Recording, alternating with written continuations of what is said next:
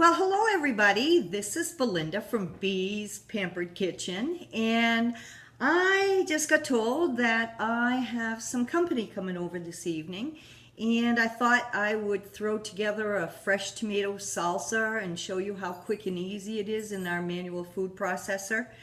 So the first thing I want to show you is our veggie wedger. The veggie wedger is awesome for cutting 6 wedges out of so many produce. I use it for tomatoes, potatoes. Today we're going to actually use it for an onion because all I had was a huge red onion.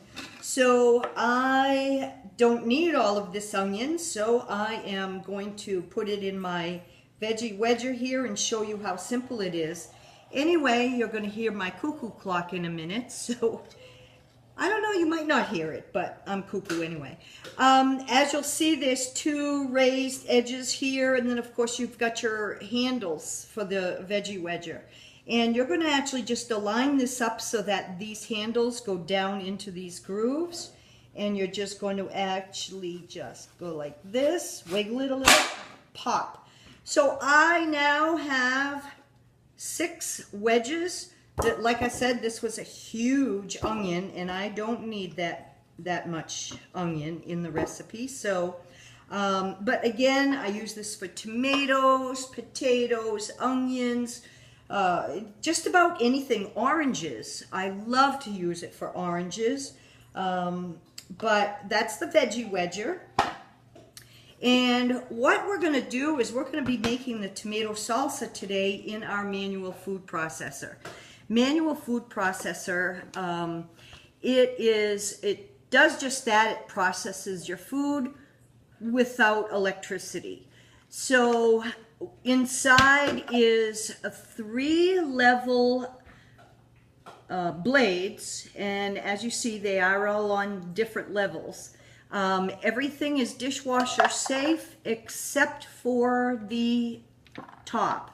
Now, this, you would just actually wipe it clean after you use it, but there's a little button up here. You will actually push that button and release the handle, put it back on, and I'm going to show you how many rotations this does in one pump.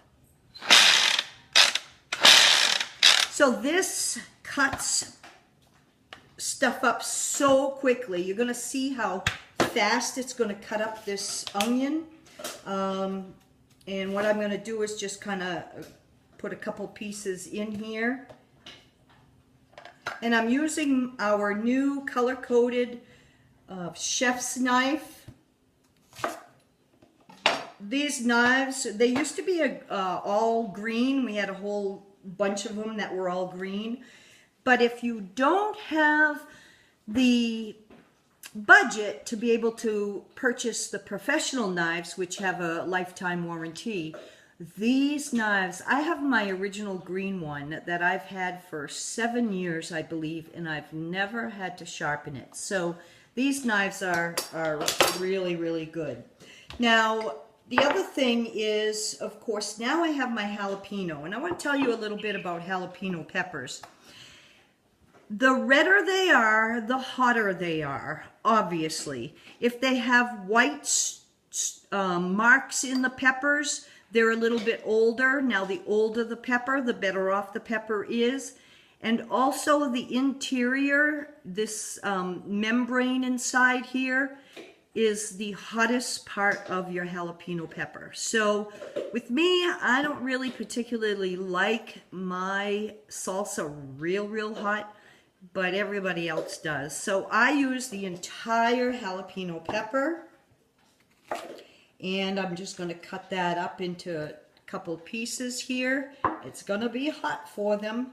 A lot of times will actually just take those seeds right out, but again, the hotter the better for everybody. So I'm also going to take I need 2 tablespoons of lime juice. So I do the citrus squeezer here, and this is another item that, we have a couple different variations. We do actually have a lemon squeezer that you turn it on the top of it, but I just find it just gets, you know, a lot of the seeds in there and stuff. But here is my lime that's all been squeezed out. Normally a half of a lime will give you about 2 tablespoons, and that's just about what I need.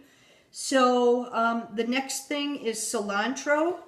Now cilantro, we also have an herb stripper, an herb, I'm not sure exactly what it's called. It's fairly new, and you too can do this Pampered Chef job because you don't need to know everything. And that's what I like about it, because they change the catalogs out 2 times a year, so in March and September, and it's hard to really keep up with everything. So with garlic, we have a couple different ways. Of course, we have our garlic press, which means you don't even have to peel the skin off your garlic. All you do is squeeze the garlic and it minces the garlic for you.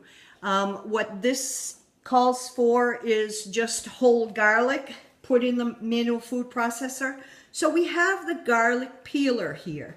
And if you make caramel pecan pies, it is so hard to unwrap each and every one of those caramel candies. So what I do is I actually take a couple of them and I'll put them inside the garlic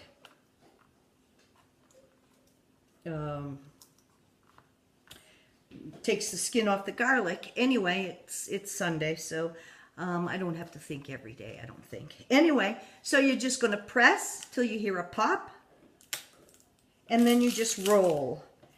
And then your skin, well, it normally comes right out, so I guess I didn't press and pop hard enough. There you go. And then I just roll it.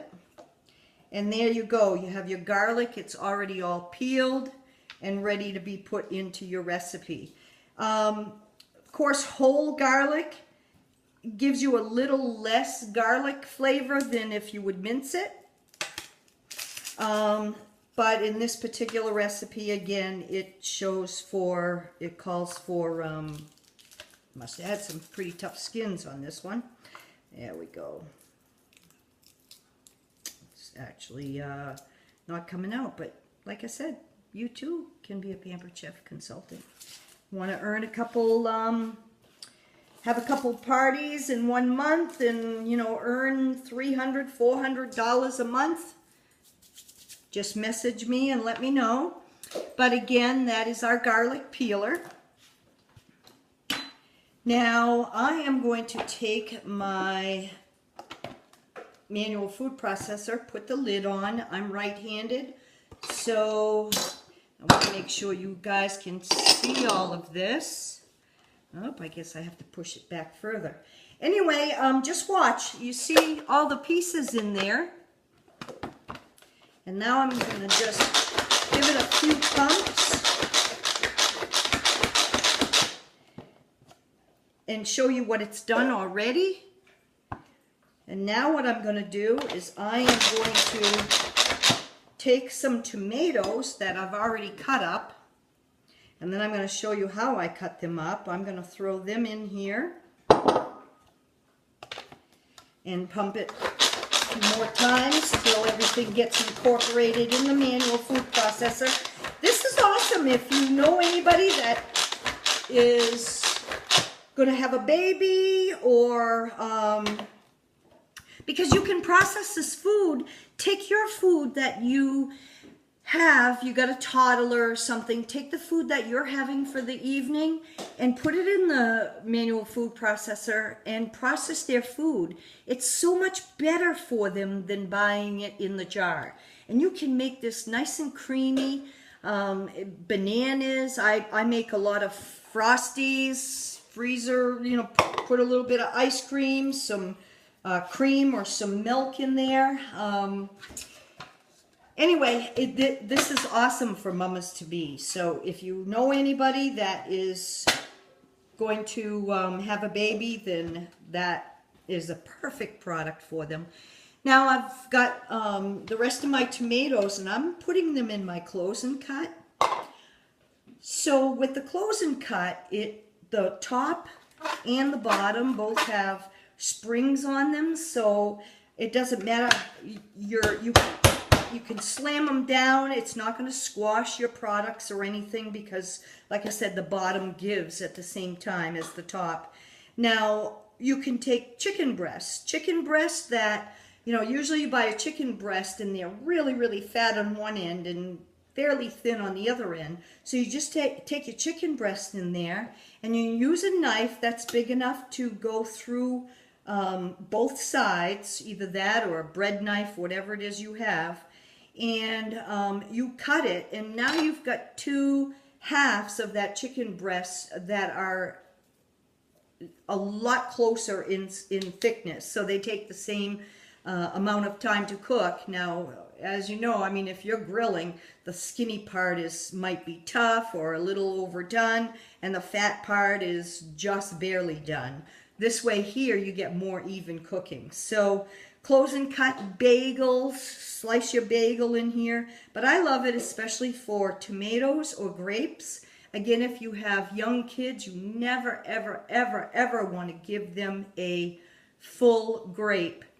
You want to always slice them. Another thing is I make an awesome grape salad this thing is so fast. So anyway, I've got all